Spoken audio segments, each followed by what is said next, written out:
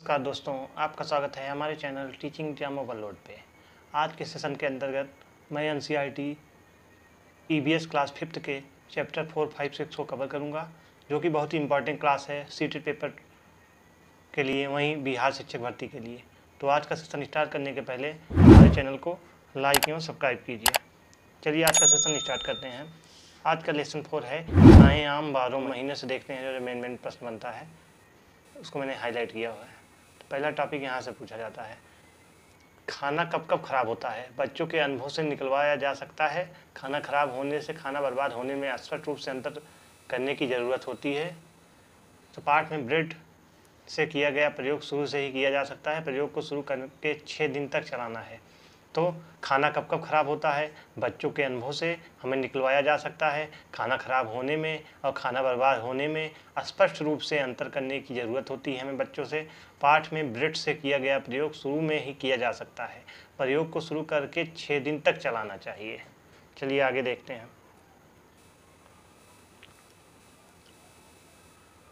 अलग अलग खाली पैकेटों पर लिखी जानकारी जैसे मूल, तारीख आदि देखने में बच्चों की मदद करना अच्छा होगा। कक्षा में प्रयोग करते समय मौसम की सावधानियां करते ब्रेड सूखी ना हो, कमरे में हवा हो, ताजिका को चार्ट में बनाकर कक्षा में लगाएं तथा बच्चों को रोज भरवाएं। तो अलग अलग खाली पैकेटों में लिखी जानकारी जैसे कि मूल्य, वजन, तारीख आदि देखने में बच्चों की मदद करना अच्छा होगा। कक्षा में प्रयोग करते समय मौसम के अनुसार सावधानियां बरतें, ब्रेड सूखी ना हो, कमरे में हवा हो, तालिका में चार्ट पर बनाकर कक्षा में लगाएं और बच्चों से रोज भरवाएं। चलिए आगे देखते हैं। खाना कैसे होता है खराब? चलिए इसके बारे में देखते हैं। तो पूरी कक्षा में यह प्रयोग रोटी या ब्रेड के एक टुकड़े पर पानी की कुछ बूंद डालकर एक डिब्बा में बंद कर दो। कुछ दिन तक ब्रेड को रोज देखो जब तक कि तुम्हें ब्रेड पर कुछ बदलाव न दिखे। धीरे धीरे तालिका को चार्ट पर बनाओ और पूरी कक्षा में हमें चर्चा करना चाहिए बच्चों से।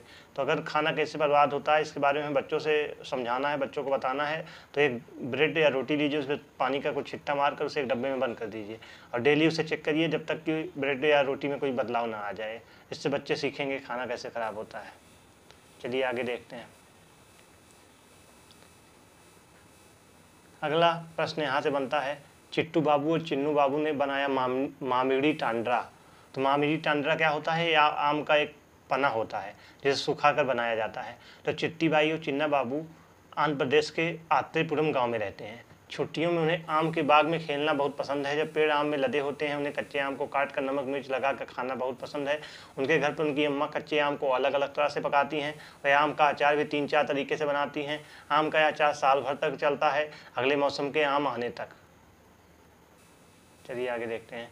एक दिन शाम को खाना खाते समय चिन्नू बाबू ने कहा, अम्मा इतने सारे आम पक रहे हैं, उनकी मामड़ी टांड्रा आम पापड़ बनाना है।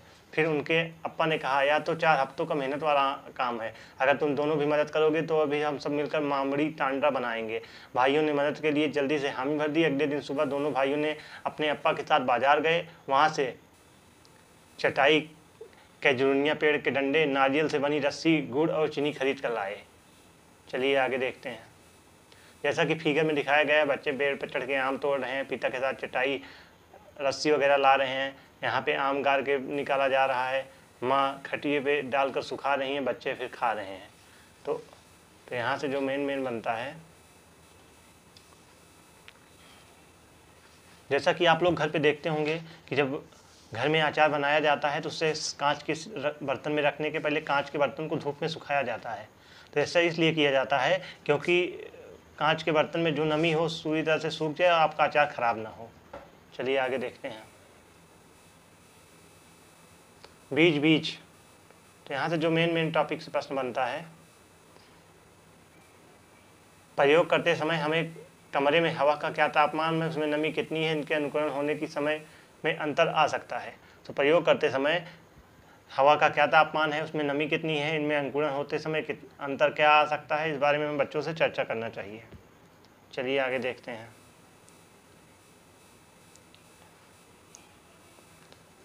चर्चा के लिए दिए गए प्रश्नों द्वारा बच्चों में यह समझ बनाई जा सकती है कि पौधों को बढ़ने के लिए हवा, मिट्टी, पानी की ज़रूरत होती है। उनके बीच अंदर क्या होता है आदि प्रश्नों को सोचने में अपने मन के विचार बताने के लिए प्रोत्साहित करेंगे। इन प्रश्नों से वैज्ञानिकों की अपेक्षा नहीं है। पौधे का सही लंबाई नापने के लिए बच्चे पौधों से पहले धागे से नापेंगे, फिर धागे को स्केल पर नापेंगे। तो यहाँ से जो मेन प्रश्न बनता है पेडागॉजी का, चर्चा के लिए दिए गए प्रश्नों के द्वारा बच्चों में यह समझ बनाई जा सकती है कि पौधों को बढ़ने के लिए हवा की ज़रूरत होती है, मिट्टी की ज़रूरत होती है, पानी की ज़रूरत होती है, बीज के अंदर क्या क्या होता है आदि प्रश्न बच्चों को सोचने और अपने मन के विचार बताने के लिए हम बच्चों को प्रोत्साहित करना चाहिए। इन प्रश्नों से वैज्ञानिक जानकारी देने की अपेक्षा नहीं है। पौधों की सही लंबाई मापने के लिए बच्चे पौधे को पहले धागे से नापें, फिर धागे को स्केल पर। चलिए आगे देखते हैं। अगला प्रश्न जहाँ से हर बार पेपर में प्रश्न पूछा जाता है, शिकारी पौधा जिसे नेपेंथिस पौधा भी कहते हैं। यहाँ से जो प्रश्न बनता है, कुछ ऐसे पौधे भी होते हैं जो चूहों, मेढकों, कीड़े मकोड़े, छोटे जीवों का शिकार करते हैं। इन्हें नेपेंथिस सबसे ज़्यादा मशहूर है। यह ऑस्ट्रेलिया, इंडोनेशिया और भारत के मेघालय राज्य में पाया जाता है। तो पूछा जाता है नेपेंथिस पौधा कहाँ पाया जाता है, तो यह ऑस्ट्रेलिया, इंडोनेशिया, भारत के मेघालय राज्य में पाया जाता है। इसका आकार लंबे घड़े जैसा होता है, जिसके ऊपर पत्ती का ढक्कन लगा होता है। घड़े की खास खुशबू निकलती है, जिसकी वजह से कीड़े खींचे चले जाते हैं।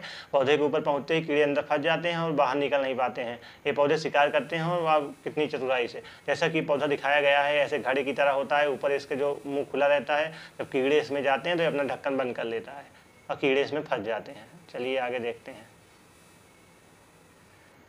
तुम कितनी सारे बीज इकट्ठे कर सकते हो, कभी सोचा है? बीजों में ध्यान से देखो तो बीज के रंग, आकार गोल या चपटा, ऊपरी सतह खुरदरी या मुलायम होती है। चलिए आगे देखते हैं। पौधे अपनी सारी जिंदगी एक ही जगह खड़े रहते हैं, चलते नहीं, लेकिन इनके बीज बड़े ही घुमक्कड़ होते हैं। पौधों के बीज बहुत दूर दूर तक पहुंच जाते हैं। चलिए आगे देखते हैं। जैसा कि फिगर में दिखाया गया है, कुछ बीज उड़ के जाते हैं, कुछ फंस के जाते हैं। तो ये अगला प्रश्न जहाँ सीटेट में बार बार पूछा जाता है, यह घटना 1948 की है।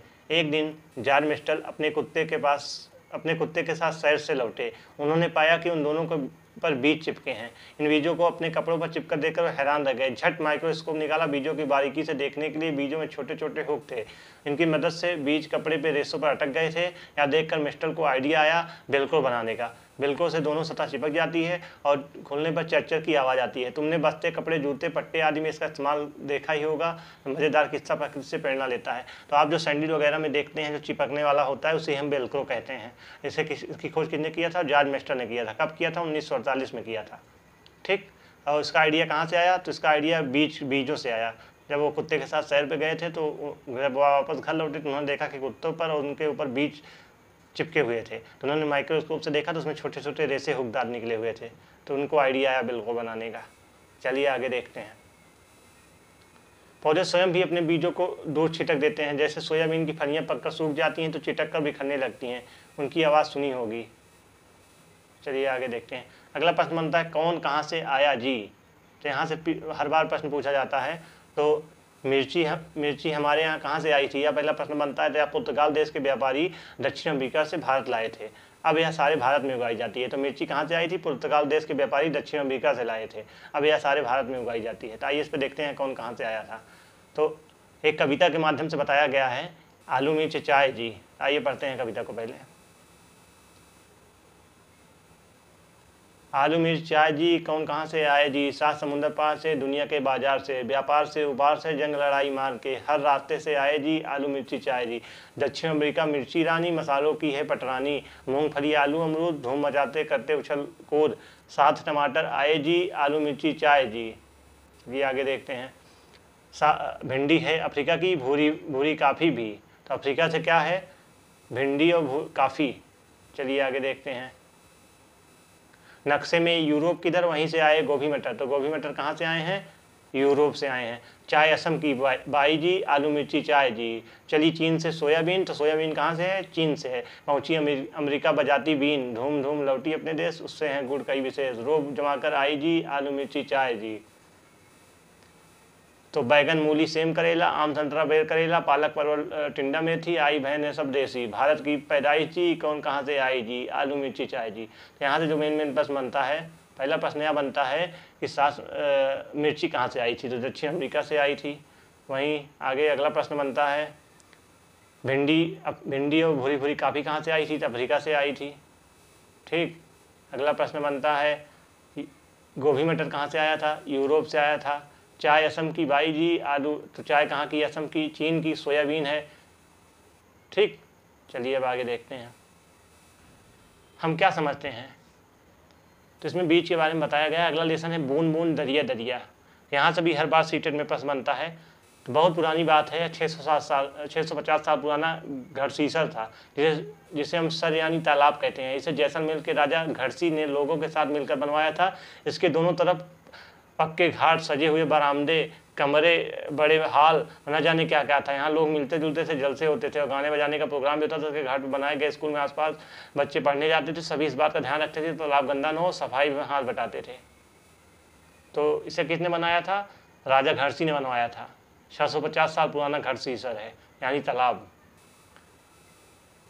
मीलों तक फैले इस घड़सीसर में बारिश का पानी इकट्ठा होता था। तालाब इस तरह से था कि जब पानी बनाया था कि जब वह पानी से भर जाता तब बाकी पानी बहकर नीचे बने हुए तालाब में चला जाता। जब वह भी तालाब भर जाता तो पानी तीसरे तालाब में जाता। इस तरह 9 तालाब एक दूसरे से आपस में जुड़े हुए थे। पूरे साल पानी की कोई परेशानी नहीं होती थी यहाँ।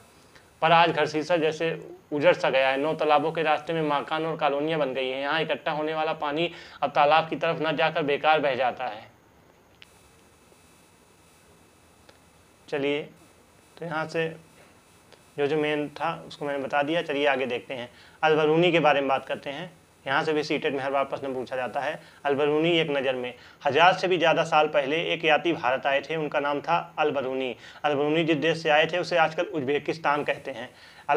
अलबरूनी ने बहुत ही बारीकी से चीज़ों और जगहों को देखा, उनके बारे में देखा। खासतौर पर वह जो अपने देश से अलग लगी। चलो देखें कि अलबरूनी उस देश के तालाबों के बारे में क्या लिखते हैं। यहाँ के लोग तालाब बनाने में माहिर होते हैं। हमारे देश में लोग इन्हें देखेंगे तो हैरान ही रह जाएंगे। बहुत ही बड़े बड़े भारी पत्थरों के, लोहे के कुंडों तथा सरियों से जोड़कर तालाब के चारों तरफ चबूतरे बनाए जाते हैं। इन चबूतरों के बीच में ऊपर से नीचे जाती हुई सीढ़ियों की लंबी कतारें होती हैं। लोगों के उतरने चढ़ने के रास्ते अलग अलग होते हैं। यहाँ कभी भीड़ लगने से परेशानी नहीं होती है। तो यहाँ आज इतिहास पढ़ने वाले लोगों का अलबरूनी की किताबों से उस जमाने के बारे में बहुत कुछ पता चलता है। डाक टिकट 1977 में छपी थी, तब उनमें जन्म के 1000 साल पूरे हुए होंगे। तो यहाँ से जो मेन टॉपिक निकल के आता है, अलबरूनी कहाँ से आए थे? तो उज्बेकिस्तान से आए थे। इन्होंने किसके बारे में बताया? इन्होंने भारत के तालाब के बारे में बताया। चलिए आगे देखते हैं।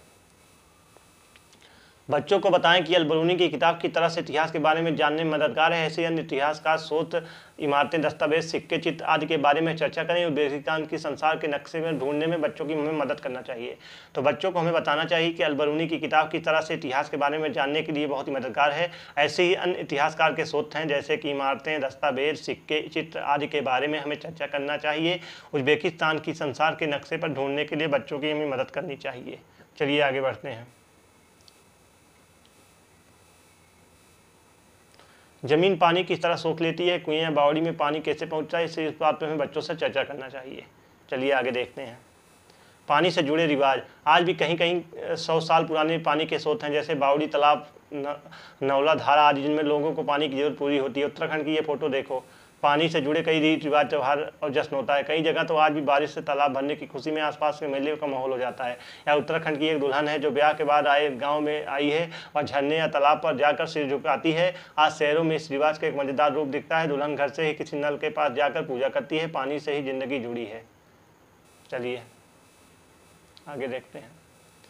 1986 में जोधपुर और आसपास के इलाकों में जब सूखा पड़ा था, तब होली बिसी बावड़ियों में एक बार फिर से याद किया गया। मोहल्ले के लोगों ने मिलजुल कर बावड़ी में 200 ट्रक से भी ज़्यादा कूड़ा निकाला। बावड़ी ने फिर से प्यासे शहर को पानी पिलाया। इसके लिए चंदा भी मोहल्ले वालों ने दिया। कुछ साल बाद फिर से अच्छी बारिश हुई और पानी से परेशानी कम हुई, पर फिर से बावड़ी को बुला दिया गया। चलिए आगे देखते हैं। तो पानी की सुविधा सभी को बराबर नहीं मिलती है, इस पर हमें चर्चा जरूरी है। साथ ही यह भी देखें कि कहाँ कहाँ से और किन किन परेशानियों से लोगों को पानी लाना पड़ता है। पानी और जात पात का मुद्दा मुश्किल तो है, लेकिन ज़रूरी भी है। तो पानी की सुविधा सभी को बराबर नहीं मिल पाती, इस पर हमें बच्चों से चर्चा करनी जरूरी है। साथ ही यह भी देखें कि कहाँ कहाँ से और किन किन परेशानियों से लोगों को पानी लाना पड़ता है। पानी और जात पात का मुद्दा बहुत ही मुश्किल है, लेकिन इसके बारे में हमें बच्चों से चर्चा करना जरूरी है।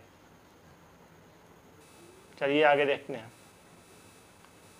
जैसा कि फिगर बताया गया हमारे यहाँ किस तरह से पानी आता है, तो हमें मेन में ही टॉपिक देखना है। अगला टॉपिक यहाँ से पहुँचा जाता है। ये है डड़की माई। राजस्थान के अलवर ज़िले के एक गांव में रहती थी। इस गांव में औरतों को पूरा समय घर के कामों और जानवरों को देखभाल में चला जाता था। कभी कभी तो जानवर के लिए कुओं में खींचने में पूरी रात जग जाती थी। जब गर्मियों में कुएं भी सूख जाते तो गांव छोड़ना पड़ता था। लड़की माई ने पहल की और लोगों को क्षमता के साथ मिलकर तालाब बना लिया। जानवरों के चारे पानी की परेशानी कम हुई और ज़्यादा दूध मिलने लगा। लोगों की कमाई भी बढ़ी, वह लोग अब दूध में मावा बनाकर भी बेचते हैं। तो यह है लड़की माई की कहानी है, जो राजस्थान के अलवर जिले के एक गाँव में रहती थी। इस गाँव की औरतों को पूरा समय घर के कामों और जानवरों की देखभाल में चला जाता था। कभी कभी तो जानवरों के लिए कुओं से पानी खींचने में पूरी रात लग जाती थी। जब गर्मियों में कुएं भी सूख जाते तो गांव छोड़ना पड़ता। लड़की माई ने पहल की और लोगों ने संस्था के साथ मिलकर तालाब बना लिया। जानवरों के चारे पानी की परेशानी कम हुई और ज़्यादा दूध मिलने लगी। लोगों ने कमाई भी बढ़ी, वह लोग अब दूध से मावा बनाकर भी बेचते हैं। चलिए यहाँ से एक पॉइंट और बनता है। आज कई संस्थाओं में पानी के इंतजाम में लगी है। लोग बुजुर्गों से मिलकर यह जानने की कोशिश करते हैं उनके ज़माने में पानी का इंतजाम किस तरह से होता था। ये पुराने तालाबों में मरम्मत करते थे और नए तालाब भी बनाते थे। चलो देखिए कि तरुण भारत संघ नाम की एक संस्था ने लड़की माई की मदद कैसे की थी। चलिए, तो आज का सेशन यहीं पर समाप्त होता है। आज के सेशन के अंतर्गत मैंने NCERT EVS क्लास 5th के चैप्टर 4, 5, 6 को कवर किया, जो कि बहुत ही इंपॉर्टेंट क्लास थी सीटेट पेपर के लिए, वहीं बिहार शिक्षक भर्ती के लिए भी। क्योंकि बिहार शिक्षक भर्ती की तैयारी करने वाले छात्रों के लिए भी यह क्लास बहुत ही इंपॉर्टेंट थी, क्योंकि EVS के अंतर्गत 5th to 10th NCERT से ही प्रश्न पूछे जाते हैं। तो अगर आप लोग बिहार शिक्षक भर्ती की तैयारी कर रहे हैं या सीटेट की तैयारी कर रहे हैं तो हमारे चैनल पर NCERT के संपूर्ण निचोड़ कराया जा रहा है, जिसके अंतर्गत मैंने EVS क्लास 3rd और 4th को ख़त्म कर दिया है। वहीं 5th के चैप्टर स्टार्ट हो गए हैं। वहीं हिस्ट्री या सोशल साइंस के अंतर्गत जियोग्राफी 6 ख़त्म हो गया है क्लास 6 का। वहीं क्लास 7th के चैप्टर स्टार्ट हो गए हैं। वहीं साइंस की क्लासेस भी स्टार्ट कर दी है मैंने। तो अगर आप NCERT के संपूर्ण निचोड़ की तैयारी करना चाहते हैं तो हमारे चैनल को लाइक एवं सब्सक्राइब कर लीजिए, हमारे चैनल पर जुड़े रहिए। और अगर इसकी PDF प्राप्त करना चाहते हैं तो हमारे टेलीग्राम को ज्वाइन कर लीजिए, जिसकी लिंक मैं डिस्क्रिप्शन में दे दूंगा। तो आज का सेशन यहीं पे समाप्त करते हैं। कल फिर मिलते हैं किसी नए सेशन के साथ। तब तक के लिए धन्यवाद।